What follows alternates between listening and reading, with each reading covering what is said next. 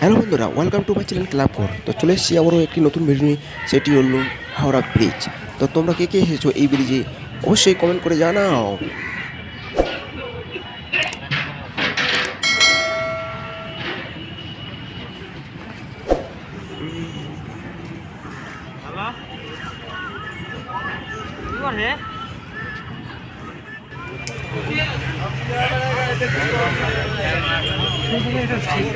मंच যখন বানাইলাম তখন কি কিছু কর কি